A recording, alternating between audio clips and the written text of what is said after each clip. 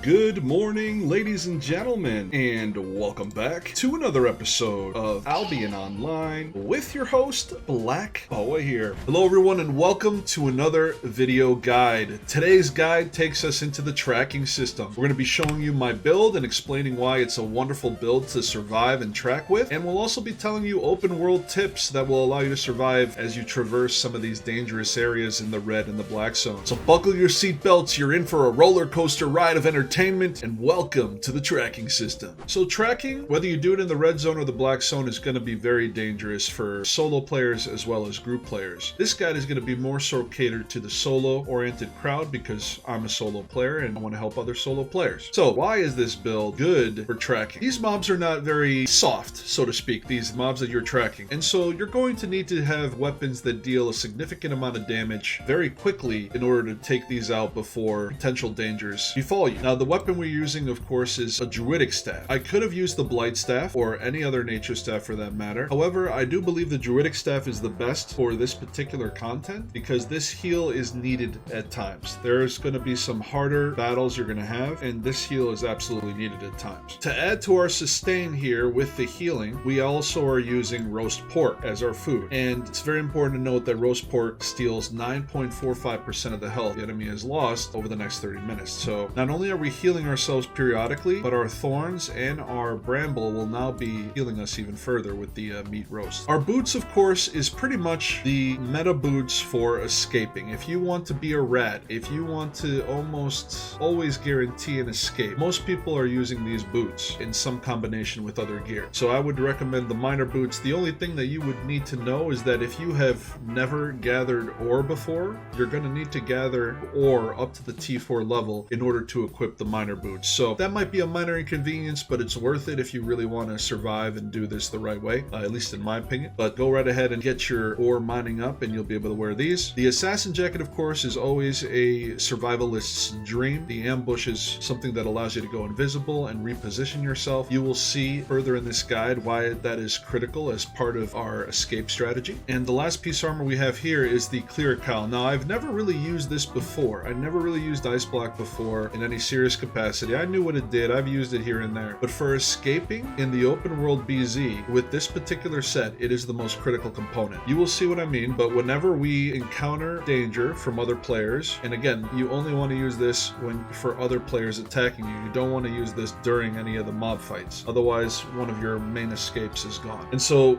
you use this ability to become immune to damage, and then right before it ends, you're going to ambush, reposition yourself so that they don't know where you're going. You're going to position yourself away from them. Then you're going to hit flee. That's literally the combo. The combo is ice block, ambush, flee. Now you can make this even more hard to catch by bringing invisibility potions if you wanted to. For this particular build, we're using poison potions as a way to soften up the tracked mobs because they are very, very chunky. They're like Campbell's chunky soup over here. But you can absolutely put invisibility potions here to be even more scary. I chose Thetford Cape for more damage to kill mobs quicker, but you could easily put on Dead Cape here or even Marlock Cape. Even a Fort Sterling Cape for escapes would be fine as well. And because we're trying to keep our cost low as much as possible, this torch is probably the cheapest thing you could buy, and it honestly does the job. Also, it's very complimentary for the auto attacking that triggers the thorn charges damage, so it really is a decent setup here. So this is really what we have. As far as the horse, you can use T3, T4. I'm using a T5 horse for the purpose of this guide, but the last couple days I was using a T3 and T4 riding horse, so anything that you find you'd like to use is fine. We're pretty much ready to go, but always check that you got your tracking toolkit with you. I almost forgot mine this morning. To be a tracker, you must think like a tracker. You want to look as inconspicuous as possible when you're out there. You want to look like you're there for PvE. You want to look harmless. You want to wear low tier gear, especially if you're new, so that you can not draw attention to yourself. This tracking mechanism has brought large groups back again into the black zones hunting groups that are tracking, and hence, as a solo, you may also become their lunch if you're not very careful. What's the likelihood of you becoming their their lunch if your set costs like 30k. Not very high if there's a guy whose set costs 2 million that's right next to you. Try to look as undelicious as possible to a ganker's perspective. Another way to do this is go to your appearance tab, turn off all your wardrobe, turn off all of your appearances. That just screams noob and not a threat, in my opinion, more than anything else, because the guy probably doesn't know like how to even set his appearances, right? The guy's such a noob, he doesn't even get Twitch drops, doesn't even know how to connect his Twitch drop account. So, you know, try to remove the appearances and choose a really shitty avatar border. I chose the standard one here. And I know some of you are like, I'm memeing, but I'm not. Look as inconspicuous as possible. In fact, for this guide, I upgraded this armor, but I bought it unupgraded. And if I really wanted to be inconspicuous here, I would have updated this at all. So understand that you may have the need to upgrade your flat T4 gear to a better quality, but it's making you a much bigger target because people now know that, okay, this guy at least knows how to use the systems in the game to gain an advantage. So, you know, just a little bit of mindset there for you. You should try to like look as noobish as possible, not risk much. And we're gonna go out and start tracking here. As you just saw, we did take the invisibility shrine before we exited the Limhurst portal area. If you're going to be entering through the black zone, make sure you take those invisibility shrines and try to move as far away from the initial zone as possible. The zones right outside the portal area are by far the most dangerous, and even the next zone over is dangerous too, but not nearly as dangerous as the initial zones here. You want to find a tracking location that will hopefully have the least amount of threats in it, so that you can track in peace and prosper and make that silver. Alright, so you found a zone suitable to your needs and you want to start tracking. The shortcut for tracking is the U key by default on PC, or on PC as well, you can also open the inventory, click on the tracking toolkit and click use. As we can see, we have a spirit bear on our map. Let's head over there.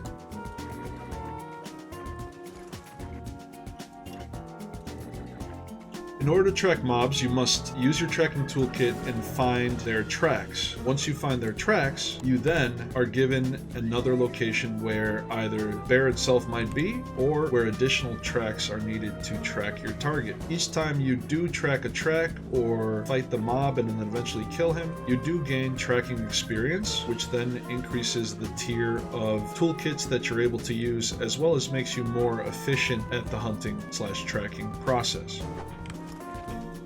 Each of the tracking mobs has different mechanics. As always in Albion, focus on dodging AoEs, and these mobs are easy for the most part, especially if you're deciding to use a nature staff as your weapon. This build in particular, you will find that this is a very easy grind if you just kind of pay attention, dodge everything, and of course utilize your roast pork and your druidic healing.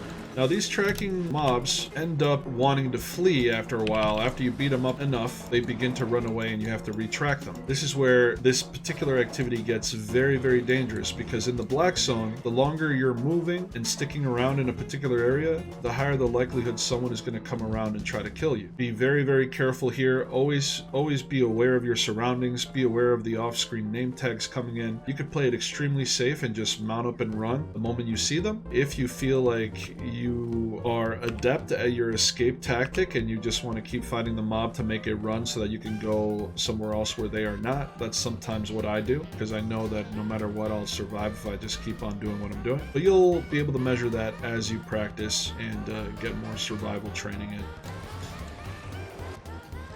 Then why the hell are you so sad? Let's go, bear. Get out of here. You could do it. That'll be a lucky charm. Yeah. To just drop your stuff off so you don't lose it. Please don't run. I think you're gonna run, but please don't. Maybe not, actually. Alright, nice. And there you go. After the successful hunt is over, you then begin the process all over again. There is typically 3 types of loot that you may find in each of these kills. Your typical loot that is either system generated, such as Tomes of Insights, runes and stuff like that. Black market loot that is distributed to these mobs, and then of course the new materials for shapeshifting. You can either get the rare animal remains, which also are used for potions, or you can get actual pieces of these poor creatures' bodies and use them to craft the new shapeshifter weapons. This is the purpose of the tracking system, to make some money in that regard, and hopefully you will have good luck as you embark on your own journeys. Yeah, as you guys can see, we're doing this in flat T4. Do we have specialization? Yes. But honestly, I really don't think anyone needs to risk anything more than needed, especially as a solo. Like out here, unless you just want to like have fun every now and then and just say, fuck it, this is my budget to just int. Pretty much what you're doing when you're wearing good gear out here.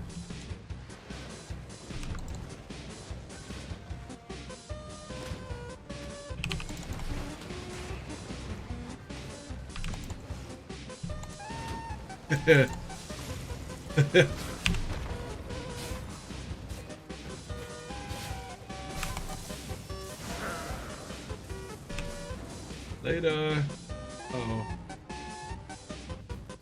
And there you go. That is a perfect example of why this is the tracker's build. Things looked a little bit dire there, you know, got low on health, but what did we do? Ice block, ambush, flee, and everything was just fine. There's going to be times when you're fleeing and running into somebody else who, like, you know, a whole different group. That is kind of unavoidable, but if you have a handle on your surroundings and you have your path kind of set, you will be able to get away more often than not simply by ice blocking, then ambushing to reposition, and then fleeing immediately. The reason why repositioning is very important, repositioning away from your combatants, is many of them may have things that are capable of purging, whether that be the Fiend Cowl or the Helmet of Valor or other things such as Avalonian Fists, perhaps an Arcane Staff with the Purge Ball. No matter what they use, you just want to get away so that you can actually not get purged when you cast your fleet. That's really the key. So you survive with the Ice Block initially, you kind of just say, oh, that's your oh shit button. You hit, oh shit, someone's on me, hit D once. Only hit it once. If you hit it more than once or you start moving, it will cancel. Now, the second thing is, of course, the ambush. You can reposition and then you flee and everything works beautiful. Now that we've successfully fleed, we do not want to re-engage our tracking target until our flee has been off cooldown. This is the downside of such a dominant ability to run away. It does have nearly a 2-minute cooldown, and hence do not re-engage until that is back up. Otherwise, you're literally dead. Your whole build is useless without the flee. You won't have any mobility at all. So remember that yes, you escaped, congratulations, but don't make the dumb move to go back in too early without your flee, or else you will die.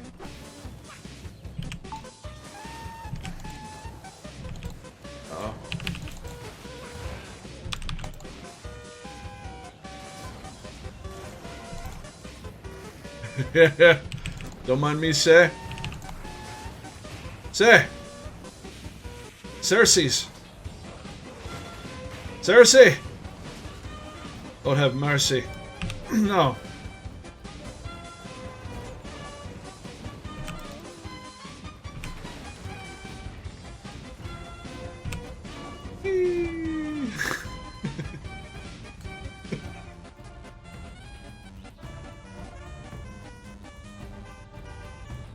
Alright, we're up. Again, you know, I wouldn't do what I did there if you're a newer player, like try to mess around a little bit, but I did that just to show you that even when I messed around, we were still able to get away with the Ice Block, Invis, Flee. Now, that combatant was a Nature Staff, he probably wasn't gonna, there was no real risk. We could have just fleed on that probably without having to do that combo, but it's always good to practice even against combatants that will not necessarily be a threat. I know this is a bit off topic, but as we can see here, there's a 5.4 pristine heavy hide treasure, 5.4 hide. If you have not been here for a while, 0.4 resources were introduced last year, along with the mists and along with 0.4 gear, but the only way to get them is through the black zone, and it's broadcast on the map exactly when it's actually fading. Now this lends only to the opportunity for larger guilds or groups to be able to gather that particular resource. Very rarely will you see a solo have an opportunity to do that. So what I think, and this is where it ties into this tracking video, wouldn't it be nice if they had a gathering update that included some sort of tracking feature where you begin to track a higher tier resource. You don't know if it's going to be 0.4, 0.3,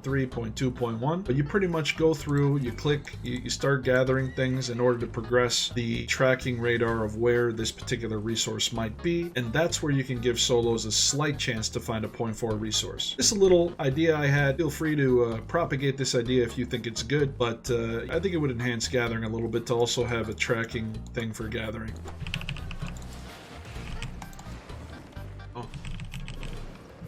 Oh, it's gonna deal some damage.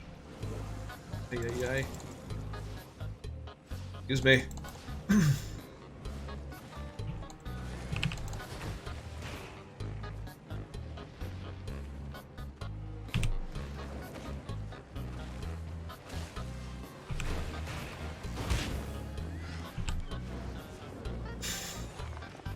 Alright, that was a little dicey there, but as you can see, did the trick again. That was against 4 players, and now we're gone. This guy's trying to catch me, but yeah, now again, we always need to be reminded that we cannot really engage any targets, especially if we have to attack them until our Lee is back, but it looks like it might be back right now. We're good to engage again.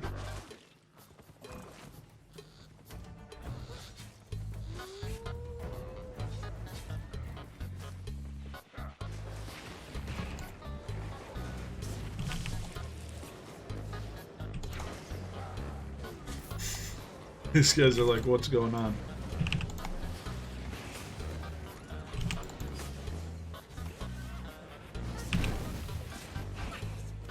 They all friends, really? Oh. Actually, that little execute guy might get me. What a little shit.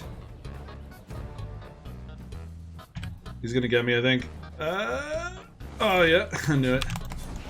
Oh, thanks for the bop, actually. That kind of possibly saved me. Not much, though. His execute's coming back anyway.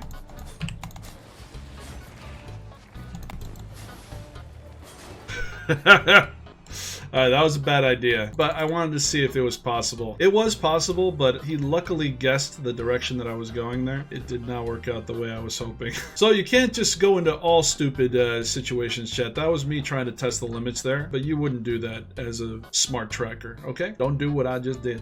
Hi guys, Blackboa here. Thanks so much for watching my latest video. If you like what you saw, please hit that like and subscribe button on your way out. I truly appreciate it. Thanks bros, and I'll see you next time.